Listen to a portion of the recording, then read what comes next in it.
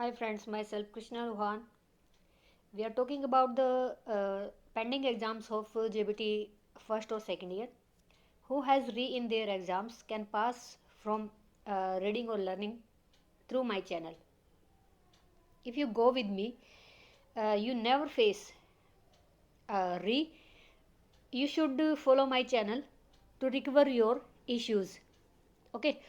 First of all, we are going to start DLED first year exams. We follow some question papers through which we can clear our re. Okay, first I'm showing here DLED first year English language. You can see here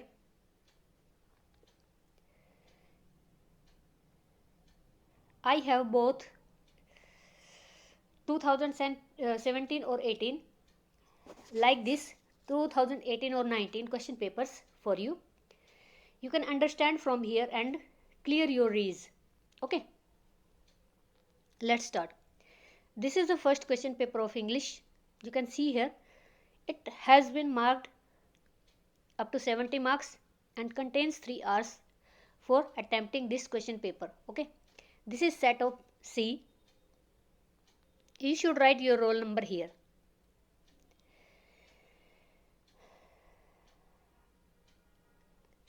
C.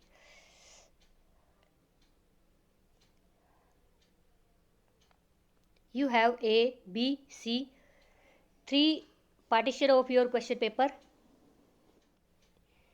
In this you have to do section A containing 2 marks for every question, for each question. Okay, there are some grammars, objective type questions or some Phillips types questions. You can see there.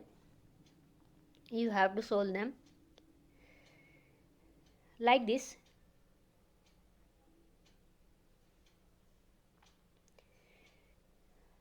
Section C.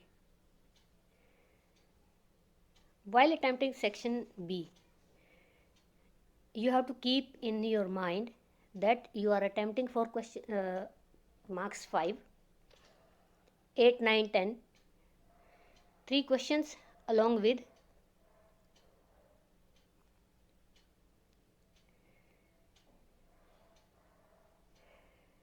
five questions more. Okay, you are looking here, these all are having 5 marks like this. Section C, 16, 17, these questions are optional. You have to do only one question.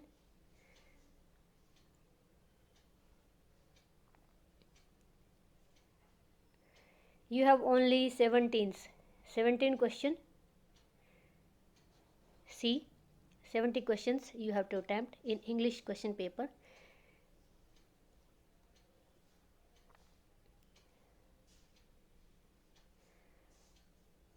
Now we go for EVS. EVS also has 17 marks question paper and also having 3 hours for attempting your question paper.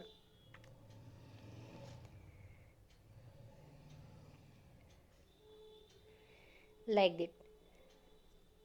Your all question paper have 3 parts. Section A containing 2 marks questions and section B containing 5 marks questions. You can see here curriculum, circle chart, cognitive development, simulation techniques and many more like this. Preconception, 6 question. You have to find water in human body and you have to tell the functions of water in human body. 7 question is new local family or duo local family. You can relate it with nuclear or joint family. Okay, now section B, concept of curriculum, environmental education. These questions are having 5 marks. Keep continue with me to clear your doubts and for your preparation. Okay. Question 10th or question 11th, 12th, 13, 14, they are also have 5 marks.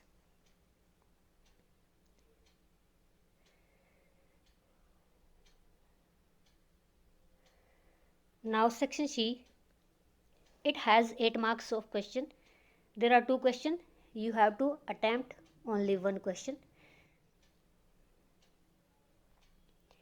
Friends, मेरे साथ साथ आप ये questions को note करते रहिए या screenshot ले सकते हैं।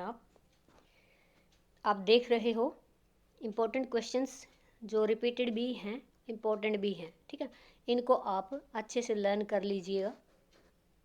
पैटर्न मैंने आपको बताया हुआ है, स्टाइल आपको अटैम्प्ट कैसे करते हैं, इम्प्रेशन कैसे देते हैं, सारी चीज़ें मैं प्रीवियस वीडियोज़ में आपको बता चुकी हूँ।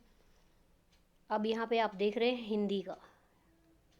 ओके, संस्कृत को छोड़कर सारे आपके क्वेश्चन पेपर 17 मार्क्स के होते हैं। यहाँ पे देखिए 2-2 नंबर के क्वेश्चन हैं हिंदी के।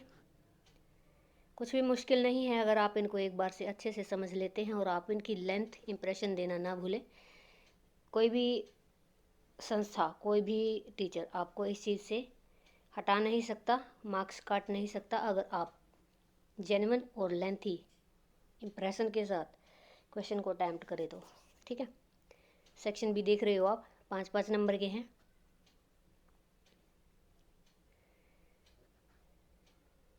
अब कुछ बात है ये कि भी 1st to 5th जो बुक्स होती हैं उनमें से भी क्वेश्चन आ जाते हैं।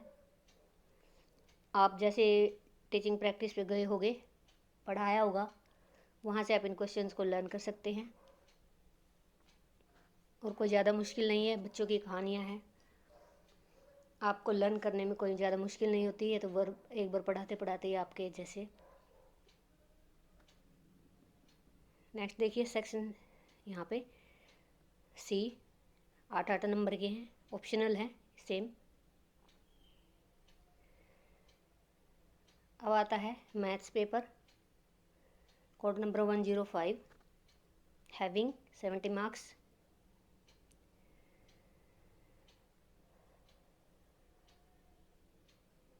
देखिए, संबंधी की समझ, relational understanding, Vygotsky, mathematical communication, program learning,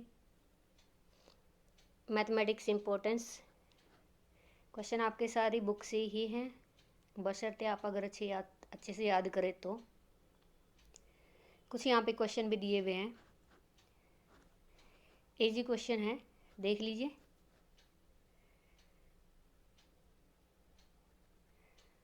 difference भी दिखाया गया है कंसेप्चुअल नॉलेज और प्रोसीजरल नॉलेज में।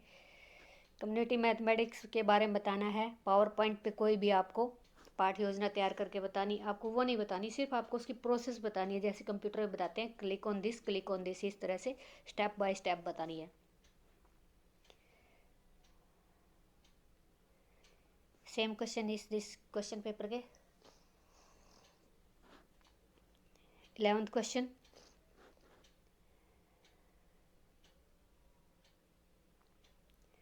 ये भी इम्पोर्टेंट है। प्राइमरी और secondary data, paper folding, most time of repeating question, गणित की शिक्षण अधिगम प्रक्रिया में पाठ्य पुस्तक की भूमिका। एसएसटी में भी ये क्वेश्चन बार बार रिपीट होता है। ये आता है बच्चों को मैथ का फोबिया कम करने के लिए अध्यापक को क्या करना चाहिए। ये भी मोस्ट इम्पॉर्टेंट क्वेश्चन है, अच्छे से इसको लर्न करिएगा। फिर आता है सेक्शन सी। सेक्शन सी में किसी भी एक हिंदू गणितज्ञ के बारे में पूछ लिया जाता है और उसके साथ कोई वेस्टर्न जो साइकोलॉजिस्ट है या मैथमेटिशियन है, उसकी यहाँ पे तुलना दी जा सकती है, किसी एक का करेक्टर। यहाँ पे फिर आपको किसी एक एरिया पे वेट, वॉल्यूम, लेंथ, इन पे आपको योजना तैयार करनी है या चर्चा करनी है। ठीक है, इजी क्वेश्चन है।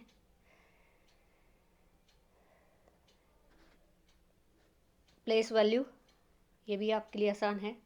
जो सब्जेक्ट टीचर्स हैं, जिनका इंटरेस्ट मैथ में है, उनके लिए क्वेश्चन ये मुश्किल नहीं होते।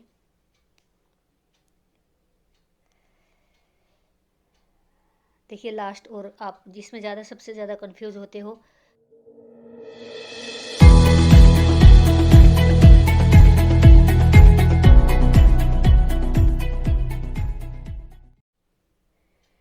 आप डरते हो कि हर कोई तो इसको अटैम्प्ट नहीं कर पाता। संस्कृत का पेपर है, लेकिन इसमें मुश्किल कुछ नहीं है। जितना हो सके आप हिंदी में लिखिए जी।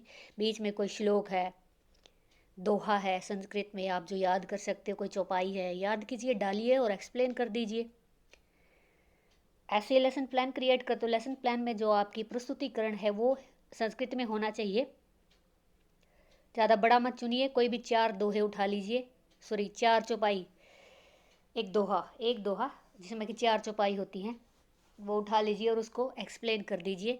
आपका जो पीके टेस्टिंग है, रिकैप्चुलेशन है, हिंदी में चल जाएगा, कोई दिक्कत नहीं है, कोई मार्क्स नहीं कटेगा, सबके लिए नई चीज़ें हैं ये।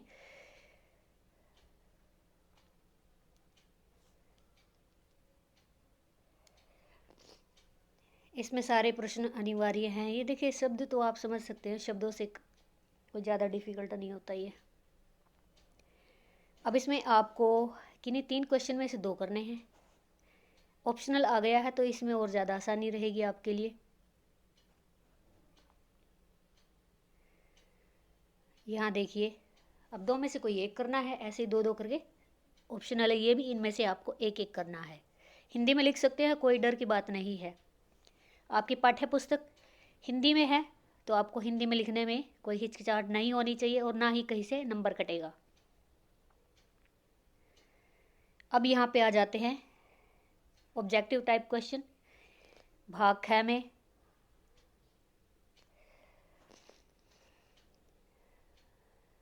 देखिए यहाँ से संस्कृत से रिलेटेड है, आपकी बुक में सारी चीज़ें हैं, थ्योरी को अच्छे से पढ़ लीजिएगा। आंसर टिक भी हैं, बिल्कुल परफेक्ट आंसर है, आपको इनमें कोई डाउट नहीं होगा। फर्स्ट ईयर में आते हैं, सेकंड ईयर में ये ऑब्जेक्टिव टाइप क्वेश्चन सेम ऐसे ही आएंगे, तो आपको दोनों ईयर की तैयारी हो जाएगी। अगर आप सेकंड ईयर से हैं तो भी इस तरह के क्वेश्चन ही आएंगे। वेद कितने होते हैं सबको पता, 4 है। उपमा डैश इति कृते प्रसिद्धम, किसकी कृति है? कालिदासस्य कृते। ओके, अब है इंग्लिश का ये एक और क्वेश्चन पेपर मैंने यहाँ पे डाला है, इस पे भी नज़र मार लीजिएगा। लैंग्वेज पूछा गया है, you know very well language is a communication device, बोल सकते हो आप इसको। फोनोलॉजी क्या होती है? ऑटोबायोग्राफी। और फिर इसी तरह से जैसे प्रीवियस क्वेश्चन पेपर था, you have to attempt Philips.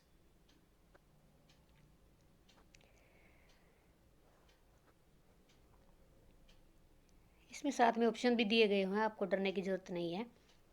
अगर आपको नहीं भी आता है तो आप सिर्फ उसका मीनिंग निकाल लीजिए। जैसे इसमें है किंग एंड द पोइट, 2 हैं, प्लूरल वर्ब आएगी, आर लगा हुआ है। ठीक है, इसमें मैंने टिक भी कर रखे साथ साथ। नॉन फिनिट्स आ गया, शी मेड मी। मेड के तुरंत बाद क्या आता है? फर्स्ट फॉर्म आती है, जो कि आपकी ब्रैकेट में होती है। अवॉइड के बाद हमेशा आईएनजी फॉर्म आती है। ठीक है, यानी आंसरिंग इसका आंसर आएगा। Use correct passive form, passive form भरनी है। दिस हाउस, अब हाउस 1 है तो वॉज बिल्ट। ठीक है, सेम के सेम वर्ब लिख देंगे, वॉज बिल्ड, बनाया गया था 2004 में।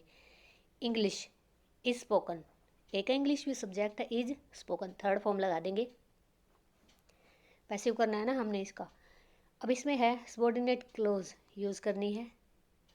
ठीक है, यहाँ पे do you know the man sentence है जो इसके आगे हमें सबॉर्डिनेट क्लोज लगानी है, यानी do you know the man who is standing at the road, कुछ भी लिख सकते हो, standing at the road, standing at the, या in front of the hotel, tell me why are you sad, कुछ भी सेंटेंस आगे ऐड कर दो।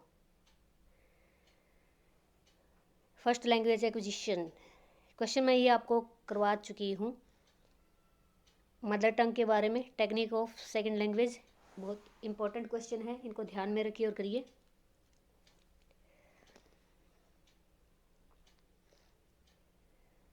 रोल प्ले का जो इम्पोर्टेंस है वो बताना है, जो कि लिसनिंग और स्पीकिंग स्किल को डेवलप करने के काम आता है। ठीक है, इंटोनेशन क्या होती है इसके बारे में बताइए, और राइजिंग और फॉलिंग, सॉरी राइजिंग के ही यहाँ पे आपको एग्जाम्पल देने हैं। इसको भी मैं करवाऊँगी आपको डिटेल में, राइजिंग ये इंटोनेशन होती क्या है, बहुत ही अच्छे तरीके से कराऊँगी। Write a short note, simile और आयरनी, यानी कि ये आपके अलंकार हैं, इनके ऊपर आपको नोट तैयार करना है। ये भी मैं करा चुकी हूँ। ग्रामेटिकल जो इंग्लिश है आप देख सकते हो, इंग्लिश ग्रामर की मेरी प्लेलिस्ट है, वहाँ से आप देख सकते हो। अब इसमें पूछा गया है कि जो बिगिनर्स होते हैं उनको लाउड या फिर साइलेंट पढ़ना चाहिए। बिगिनर्स को तो लाउड पढ़ना चाहिए जी, कंसंट्रेशन बनती है। इस पर आप नोट लिख दो। नॉन फिनिट वर्ब के ऊपर जो है एग्जाम्पल के थ्रू आप नोट्स लिख दो। नाउन क्लोज है, इसके एग्जाम्पल दीजिए। ये तो आप जो है जूनियर क्लास में करा भी चुके होंगे। अब यहाँ पे आपको कैरेक्टरिस्टिक्स लिखने हैं गुड हैंड राइटिंग के, और में है वेरियस स्टेप्स ऑफ राइटिंग, ये भी मैं आपको करा चुकी हूँ। प्रोसेस ऑफ राइटिंग की वीडियो अलग से मैंने बनाई हुई है। फिर है टीचिंग एड्स, क्या इंपॉर्टेंस बताना है, आवश्यकता महत्व। लेसन प्लान और ग्रामर, इसका आपको लेसन प्लान बनाना है। कोई भी टॉपिक इजी सा उठाइए और बनाइए। लेसन प्लान के भी एग्जांपल मैं डाल चुकी हूँ, वहाँ से देख के आप इसको तैयार कर सकते हो। शिक्षा समाज पाठ्यक्रम अधिगमकर्ता, आपका पेपर 2 70 नंबर का, ये भी मैं आपको सोल्व करके बता चुकी हूँ। इसकी स्पेशल वीडियो मैंने डाली हुई है, वहाँ से आप समझ सकते हो। क्वेश्चन देख के आप लर्न कर सकते हो। सेलेक्ट कीजिए अपनी बुक में, टिक कीजिए, याद कीजिए। ऐसे ही सेक्शन बी में भी ऐसे 5-5 नंबर के हैं। ए बस्ताई स्कूल, सिमिलर चीज़ें हैं। इसमें देखिए क्वेश्चन नंबर 10 से लेकर 15 तक 5-5 नंबर के।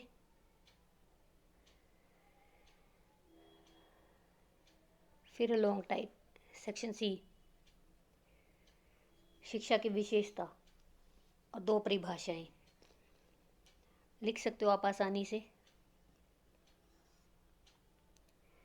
फिर है कॉन्सेप्ट ऑफ लर्निंग, ठीक है, और इसके प्रकार लिखने, अधिगम के प्रकार। पाठ्यक्रम क्यों आवश्यक है ये बताइए 8 नंबर में। इसके ऑप्शन में है सामाजिक संस्थाओं का पाठ्यक्रम पर होने वाले प्रभाव का वर्णन कीजिए।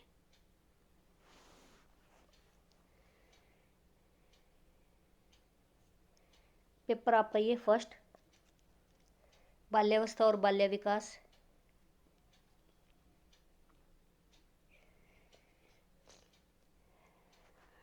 यहाँ डेवलपमेंट को प्रभावित करने वाले 2 आनुवंशिक कारक लिखने हैं जो माता पिता से हमारे मतलब जो है मानसिक या शारीरिक रूप से आते हैं। आनुवंशिक कारक वही होते हैं विकास को प्रभावित करने वाले। ठीक है, नैतिक विकास को प्रभावित कीजिए। राइवलरी और कंपटीशन में अंतर बताइए। प्रतिस्पर्धा, प्रतियोगिता, प्रतिस्पर्धा मैं आपको बता देती हूँ, ये इसमें नेगेटिविटी होती है, प्रतियोगिता में पॉजिटिविटी होती है। प्रतियोगिता में हमें बंदे चाहिए होते हैं साथ में जिनके साथ हम कंपटीशन कर सके, और प्रतिस्पर्धा इसमें हमें खुद से भी हो सकती है। निर्धनता के 4 कारण, ठीक है। मूल्यांकन को परिभाषित कीजिए। क्वेश्चन बहुत ही आसान है, टिक कीजिए और इनको अच्छे से अच्छे से लर्न कर लीजिए। विशिष्ट बच्चे बताने हैं कौन होते हैं। क्रच क्या होता है? क्रच होता है भाई जिसमें छोटे बच्चे पढ़ते हैं, बिफोर प्राइमरी, नर्सरी से भी, यानी कि प्रिपेयर किया जाता है उनको स्कूल के लिए। सेक्शन बी में 5 नंबर के क्वेश्चन शुरू होते हैं। इसमें आपको एंसीडोटल रिकॉर्ड, जो कि आप बच्चे का बनाते हो, स्कूल में हर टीचर बनाता है जो इंचार्ज होता है। हर तरह का उसको डेवलपमेंट बच्चे का दिखाया जाता है उसमें। मानव व्यवहार पर रूढ़ि युक्तियों के महत्व का जो है वर्णन करना है। ये क्वेश्चन भी आपको मैं अलग से वीडियो में करा चुकी हूँ। रूढ़ि युक्तियाँ, रूढ़िवादिता क्या होती है, करा चुकी मैं इसमें वीडियो में, आप देख लीजिएगा।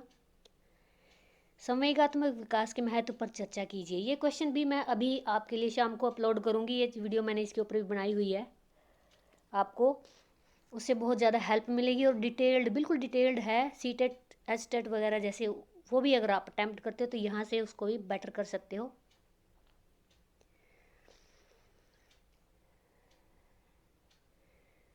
अब ये है psycho social stages of Erikson. ये इसकी भी वीडियो मैं बना चुकी हूँ। बहुत ही आसान है और बहुत ही डिटेल्ड है, आप वहाँ से देख के इसको कर सकते हो। आप कोई भी डीएड फर्स्ट और डीएड सेकंड जो भी है, जहाँ भी आप स्टैंड करते हो, उसी से रिलेटेड प्लेलिस्ट मैंने बनाई हुई है। आप उसमें से जाकर अपने कंटेंट रिलेटेड वीडियो देख सकते हो। अब है नेक्स्ट क्या है, द्वंद्व क्या है, कॉन्फ्लिक्ट। देखो द्वंद्व किस में होता है? संघर्ष, आंतरिक संघर्ष होता है। ये हमारे खुद के अंदर भी होता है, दो बंदों के बीच हो सकता है। कारण बहुत सारे हो सकते हैं, आवश्यकताएं हैं, महत्व है, इच्छाएं हैं, आकांक्षाएं हैं, सारी चीज़ें इसमें द्वंद्व के कारण बन सकती हैं। पैसा है, गरीबी है, जात पात, बहुत सारे कारण हो सकते हैं इसके। समाजीकरण से आर्थिक विभिन्नताओं की भूमिका पर टिप्पणी लिखिए, यानी डिफरेंसेस इन सोशलाइजेशन। ये भी आपको इकोनॉमिक डिफरेंस दिखाने हैं सोशलाइजेशन में। पियाजे के संज्ञानात्मक विकास की अवस्थाएं, इसकी भी वीडियो बनाई हुई है मैंने। और फिर आ जाता है मैच्योरेशन, परिपक्वता के संप्रत्यय की व्याख्या करनी है। कॉन्सेप्ट ऑफ मैच्योरेशन, किस अवस्था से शुरू होता है, क्या क्या लक्षण होते हैं, क्या कारण होते हैं, ये सारी चीज़ें आपको बतानी पड़ेंगी अलग अलग, अच्छी तरह से इसको डिफाइड कीजिएगा।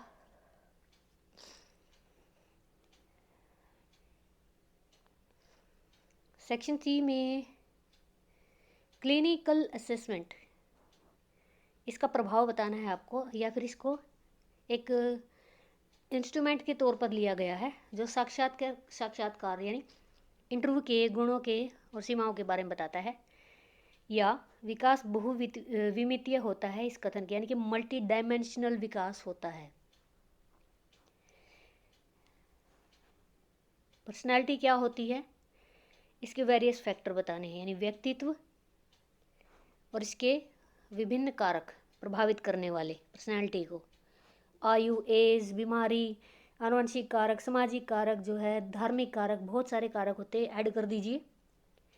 कोलबर्ग के नैतिक विकास का सिद्धांत, ये भी इसकी स्पेशल वीडियो मैंने आपके लिए बनाई हुई है, आप वहाँ से देखिए और समझिए। देखिए दोस्तों, मैंने अपनी तरफ से आपके लिए इंडिविजुअली भी और एक ग्रुपिंग जैसे आज कर रही हूँ, मैंने पूरी तरह से आपके लिए वीडियोस तैयार की हैं। आप उनको देखिए, समझिए, आपका इससे बहुत ज़्यादा फ़ायदा होगा।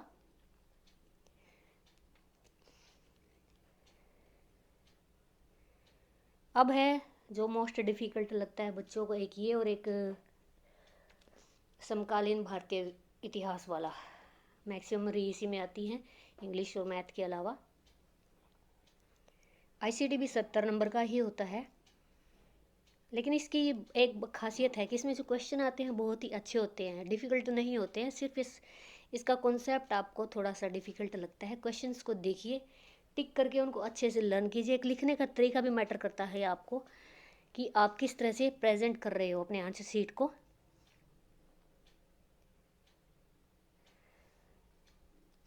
सेम इसमें भी है मैथ की तरह आंकड़ों का संकलन, रचनात्मक आंकलन उसके लिए रणनीतियाँ क्या क्या बनाई जाती हैं। प्रोजेक्ट प्लानिंग, ये क्वेश्चन भी है, 2 नंबर का है, 5-5 में आ जाता है। फिर फॉर्मेटिव असेसमेंट और समेटिव असेसमेंट, ठीक है, स्कूल में आप करते हो ये चीज़ें, आपने इनको रिलेट करना है अपने क्वेश्चन के साथ। बाल केंद्रित शिक्षण की व्याख्या करें, जो कि आजकल है। बच्चे पर ध्यान दिया जाता है, कोई मारपीट पनिशमेंट नहीं है, कोई काम थोपने वाला काम नहीं है, यानी उसकी आप इच्छा है उसके हिसाब से पढ़ाएंगे, ये बाल केंद्रित शिक्षण होता है। यहाँ फिर देखिए, आंकड़ों के विश्लेषण से आपका क्या अभिप्राय है। विद्यार्थियों पर दृश्य श्रव्य माध्यमों से होने वाले प्रभावों को परिभाषित कीजिए, यानी जिनको वो देख भी सकते हैं, सुन भी सकते हैं, जैसे कि टीवी हो गया, प्रोजेक्टर हो गया, कंप्यूटर है। इसमें आपको डिफाइन करना है पॉजिटिव उन पे इफेक्ट पड़ते हैं, इम्पैक्ट होता है, या फिर नेगेटिव होता है, दोनों ही डिफाइन करने हैं। कंप्यूटर सहायक अनुदेशन से आप क्या समझते हैं, यानी किसी क्लासरूम में आप कंप्यूटर का इस्तेमाल करते हैं, तो अगर आप उनको अनुदेशन इंस्ट्रक्शंस देते हैं तो उसका क्या प्रभाव पड़ता है। इसके विभिन्न रूप प्रकार, सूचना संचार तकनीकी के अर्थ, यानी आईसीटी का आपको यहाँ पर मीनिंग बताना है। अब आ गया most important question, action research. Action research में आपको बताना है विशेषताएं अर्थ के साथ। फिर आपको केस स्टडी के बारे में बताना है। केस स्टडी बच्चे की सुबह उठने से लेकर उसके पेरेंट्स से लेकर उसके घर परिवार, सब्जेक्ट, स्कूल, सहपाठी, उसकी रुचि, सारी चीज़ें इसमें ऐड कर दीजिएगा। उसके जो टेस्ट में नंबर कितने आते हैं, ग्रेड क्या आती हैं, एब्सेंट रहता है, कुछ भी ऐसी चीज़ें अगर उसको इफ़ेक्ट कर रही है तो लिखिए। शिक्षण केंद्रित शिक्षण से आप क्या समझते हैं। उसमें था चाइल्ड सेंटर्ड, इसमें है टीचर सेंटर्ड शिक्षण, जिसमें टीचर ही बोलता रहता है, बच्चे को कुछ खास मौका नहीं मिलता है, उस पर काम थोप दिया जाता है, सिर्फ वो करने वाला होता है, टीचर बोलने वाला होता है। आगे है कंप्यूटर के लाभ और दोषों का वर्णन कीजिए। आप जानते हैं अच्छी तरह से, आप भी आधुनिक पीढ़ी के नागरिक हैं। शैक्षिक अनुसंधान से आप क्या समझते हैं। एजुकेशनल रिसर्च, शिक्षा से जुड़े जितने भी रिसर्च किए जाते हैं, जितने भी डेवलपमेंट उसकी होती है, कमियों को दूर किया जाता है या कुछ नई टेक्निक्स को ऐड किया जाता है, ये सारी तो एजुकेशन रिसर्च कहलाती है। इसको आपको वेरियस स्टेप्स के माध्यम से समझाना है। अब इसमें है प्रमुख श्रव्य संसाधनों का शैक्षिक महत्व। जितने भी एजुकेशनल मेन ऑडियो रिसोर्सेज हैं, जैसे कि रेडियो हो गई, सुनने के लिए ग्रामोफोन है, लिंग्वाफोन है, सारे सुन सकते हैं, इनका महत्व बताना है आपको। समकालीन भारतीय इतिहास, सेम 70 नंबर का क्वेश्चन। देखिए, संविधान निर्माण की प्रक्रिया, समिति जैसे जिसने जो जो चीज़ें कहाँ कहाँ से चुराई हैं, एक एक दो दो सेंटेंसेस ऐसे जोड़ दीजिए, उसमें प्रक्रिया बतानी है, सिर्फ कितने मेंबर थे। प्रशासनिक संबंध का वर्णन करना है। अपीलेट क्षेत्र अधिकार से आप क्या समझते हैं, जो कि सुप्रीम कोर्ट के द्वारा या फिर हाई कोर्ट के द्वारा किया जाता है। इसमें मतलब क्या होता है, अपीलीय क्षेत्राधिकार का मतलब होता है कि आप दीवानी और फौजदारी मुकदमे सुलझाने के लिए, या एक तय सीमा होती है कि इतने हज़ार रुपए के मुकदमे, यानी जो उनसे संघर्ष या झगड़े होते हैं वो सुलझाने का आपके पास अधिकार होता है। आप निचली जो अदालत है उससे ऊपर वाली अदालत, यानी कि जिला कोर्ट से हाई कोर्ट में, हाई कोर्ट से सुप्रीम कोर्ट में आप मुकदमों को मंगवा सकते हैं। और अगर आपको लगता है कि निचली अदालत उनको सॉल्व कर सकती है तो आप नीचे भी भेज सकते हो। ये होता है अपीलीय क्षेत्राधिकार। राज्यसभा की रचना का उल्लेख। राज्यसभा में 250 मेंबर होते हैं। जो उपराष्ट्रपति इसका अध्यक्ष होता है। इस तरह से आप इसके बारे में डिटेल में बताइए। 12 मेंबर इसमें से राष्ट्रपति है जो मनोनीत करता है, बाकी जो है चुने जाते हैं। वैश्वीकरण का महत्व, राष्ट्रपति के चुनाव की सामान्य योग्यताएं, इसके बारे में बताना है आपको। सामान्य योग्यताएं आपको पता ही है, भारत का नागरिक होना चाहिए, पागल दिवालिया नहीं होना चाहिए, 25 वर्ष की आयु होनी चाहिए। ठीक है, इससे अलग क्या होता है? और बहुत सारी होती हैं। किसी भी संसद का सदस्य होने की योग्यता होनी चाहिए।